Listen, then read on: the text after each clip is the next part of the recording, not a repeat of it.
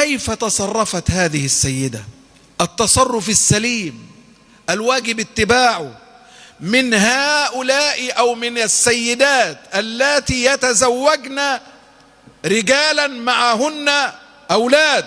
كيف تصرفت وكيف عاملت السيدة عائشة بعد ذلك؟ هذا ما سيحدثنا عنه معالي الأستاذ الدكتور السيد عبد الفتاح بلاط، أستاذ تاريخ الحضارة بكلية اللغة العربية جامعة الأزهر الشريف. تفضل يا فندم. الحمد لله والسلام على رسول الله. بالنسبة لزواج سودة من رسول الله صلى الله عليه وسلم، الراجح أنه في السنة 10 من البعثة. الذين هاجروا الهجرة الأولى الهجرة الثانية إلى الحبشة بعضهم لم يطق الابتعاد عن رسول الله صلى الله عليه وسلم، كانوا يحبون الرسول أكثر من حبهم لأنفسهم. فالراجح أن السكران وزوجه رجعا إما بعد سنة أو سنتين، يعني على أكثر ما ورد في كتب السيرة في السنة 9 أو السنة 10 من البعث. وهذا ينفي الرواية أنه مات رضي الله عنه في الحبشة، هذه رواية ضعيفة. نعم. والراجح أنه رجع إلى مكة ومعه زوجه سودة، وبعد الرجوع رأت الرؤيا التي قصها علينا أستاذنا الدكتور نادي أنها كانت مضطجعة، فرأت كأن قمرا انقض عليها، فقصت هذه الرؤيا لزوجها فقال: إن صدقت رؤياك فإني أموت بعد أيام قلائل وتتزوجين بعدي.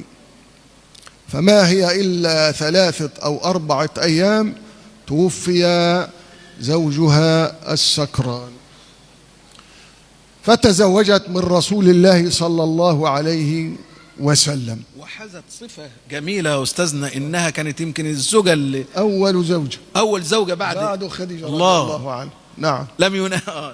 نعم.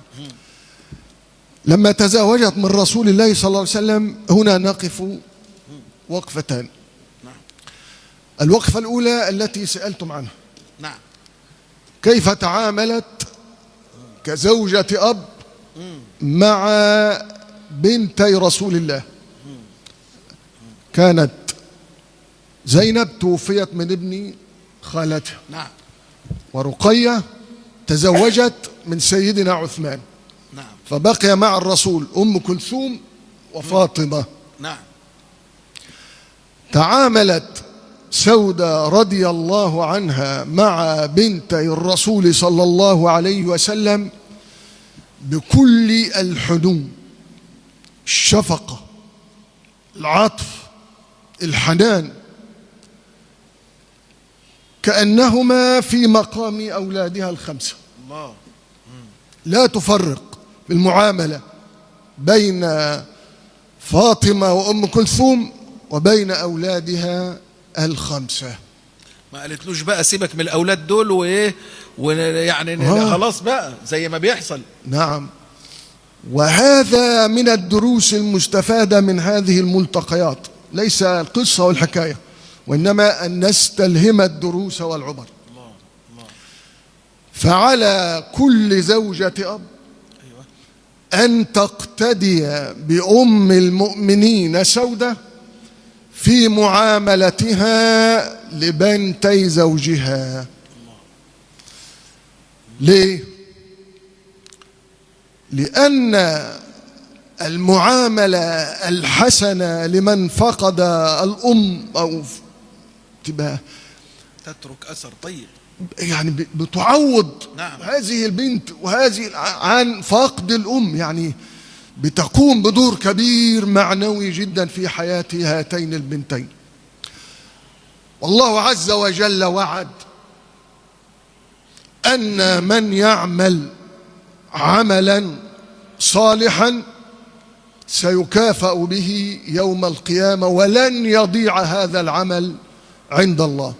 إن الله لا يضيع أجر من أحسن عملا. ومن تقوم برعاية أولاد الأب هي في الجنة قريبة من الرسول، لقوله صلى الله عليه وسلم: من قام بكفالة يعني أقارب له أو لغيره من غير أقاربه أنا وهو كهاتين في الجنة. أما ما نسمع عنه ونقرأ في الصحف وفي الحوادث فهذا أمر مخالف للإسلام دين الرحمة. بعض زوجات الأب والعياذ بالله بنقرأ تعذب بالنار، تمنع الطعام والشراب، تمنع المال، ربما تقوم بحبسهم وقت طويل، تعرضون للخطر داخل البيت. من تفعل هذا نزعت الرحمة من قلبها، لقوله صلى الله عليه وسلم: لا تنزع الرحمة إلا من شقي.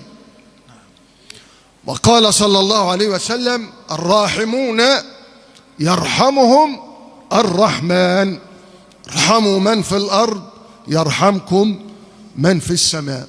فنرجو لزوجات الأب أن يكن في غاية الالتزام والقدوة بأم المؤمنين سودة رضي الله عنها. الوقفة الثانية معلش.